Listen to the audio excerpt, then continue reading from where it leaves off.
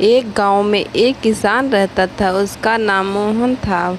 वह मेहनती तो था, लेकिन उसकी एक समस्या भी थी। वह हर कार्य को अपने विचारों और निर्बलता के बल पर बहुत ही बड़ा बना देता था, जिससे कि कार्य करने में उसे बड़ी ही परेशानी हुआ करती थी। जब वह अपने खेत में जुताई का कार्य करता था तो उसके मार्ग में एक पत्थर आ जाता था। उसकी ठोकर से कभी कभी वह तो नीचे गिर जाता था।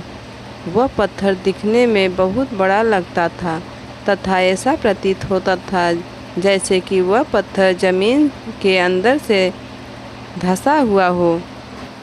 इसलिए मोहन ने कभी भी उस पत्थर को निकालने का प्रयास नहीं किया और उसको यह कार्य बहुत कठिन भी लगता था।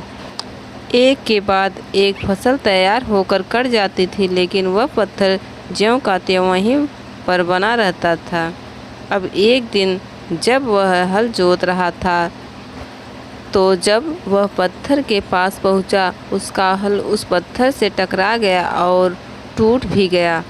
हल के संतुलन बिगड़ने से मोहन भी नीचे गिर गया। उस दिन मोहन को बहुत गुस्सा आ गया और उसने सोचा कि आज तो इस पत्थर को यहाँ से निकाल कर ही दम लेंगे। मोहन दूसरे खेतों में काम कर रहे सभी किसानों को अपने पास बुलाया।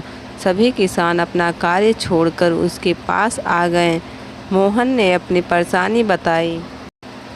तब एक व्यक्ति वहाँ खड़े थे जिनके पास एक बड़ी सी कुदाल थी।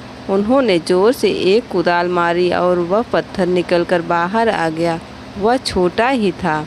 सब मोहन को देखकर हंसने लगे और कार्य में अपने वापस चले गए। मोहन को भी बहुत शर्मिंदगी महसूस हुई।